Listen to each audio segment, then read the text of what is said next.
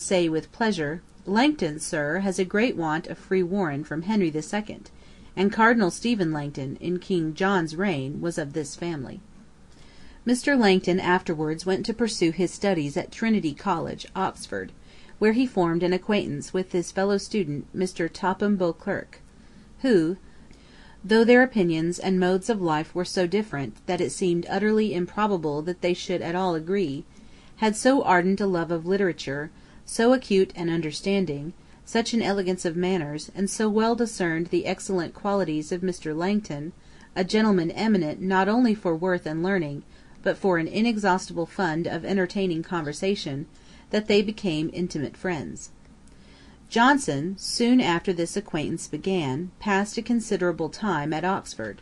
He at first thought it strange that Langton should associate so much with one who had the character of being loose, both in his principles and practice, but by degrees he himself was fascinated.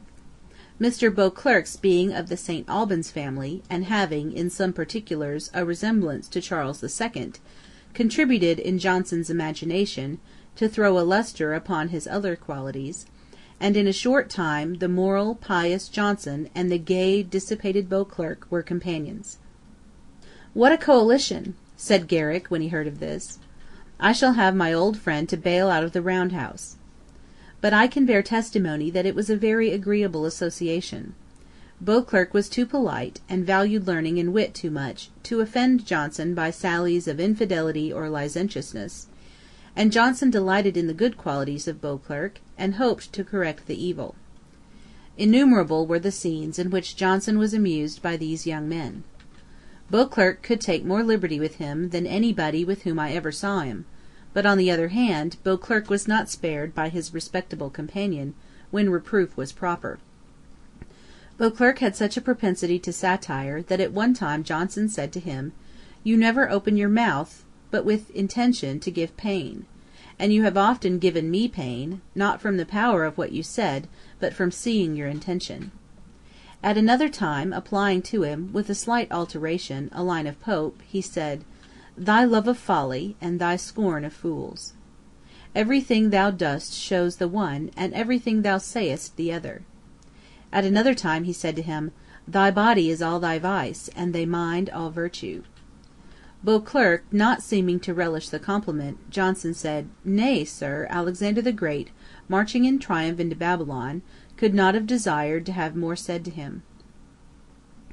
Johnson was some time with Beauclerk at his house at Windsor, where he was entertained with experiments in natural philosophy. One Sunday, when the weather was very fine, Beauclerk enticed him insensibly to saunter about all the morning. They went into a churchyard in the time of divine service, and Johnson laid himself down at his ease upon one of the tombstones. "Now, sir," said Beauclerk, "you are like Hogarth's idle apprentice." When Johnson got his pension, Beauclerk said to him, in the humorous phrase of Falstaff, "I hope you'll now purge and live cleanly like a gentleman."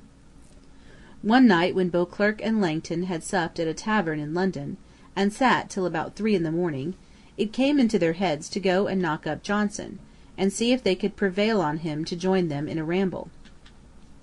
They rapped violently at the door of his chambers in the Temple, till at last he appeared in his shirt, with his little black wig on the top of his head, instead of a nightcap, and a poker in his hand, imagining, probably, that some ruffians were coming to attack him.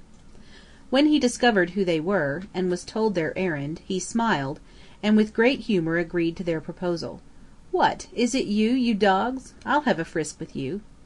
He was soon dressed, and they sallied forth together into Covent Garden, where the greengrocers and fruiterers were beginning to arrange their hampers, just come in from the country. Johnson made some attempts to help them, but the honest gardener stared so at his figure and manner, and odd interference, that he soon saw his services were not relished. They then repaired to one of the neighbouring taverns, and made a bowl of that liquor called Bishop, which Johnson had always liked, while in joyous contempt of sleep, from which he had been roused, he repeated the festive lines, "Short, oh short, then, be thy reign, and give us to the world again."